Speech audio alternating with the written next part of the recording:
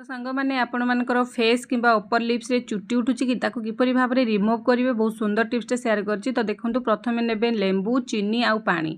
तो या आपण मैंने कौन करेंगे साइड रे रखिए गोटे छोट पैनटे नहीं आसवे आईथे गोटे लेंबू को काटिकी तार रस बाहर करने आ मंजी को सब काढ़ी ने केवल लेंबूर रस को से आपने देवे। ये देखो गोटे लेंबूर रस को मुझे भल भाव में से पैन रे डायरेक्ट पूरा चिपुड़ी नेली। तो सांग मैंने केतिकी कौन क्वांटिटी सब मिसेबे से ध्यान देकी देखूँ। तो तापर कौन करेंगे आपण मैंने बड़ चामच अच्छी से चामच 2 चामच ने चीनी आ गोटे चामच ही पानी देवे अधिका ना गोटे चामच पाखापाखि पानी देवे देकी भल भाव में कौन करेंगे गैस रे बसैकी मेल्ट करेंगे।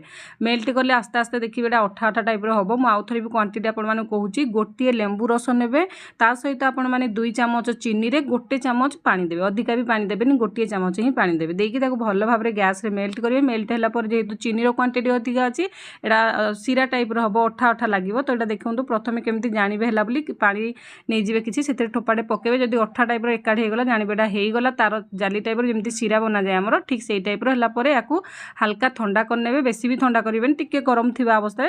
तो आपण मैंने कौन करेंगे गोटे गिनारे बाहर करने बाहर कर सारापर से गोटे चामच अटा देवे दे पारे ना आपण मैंने अटा को भी स्किप करेंगे।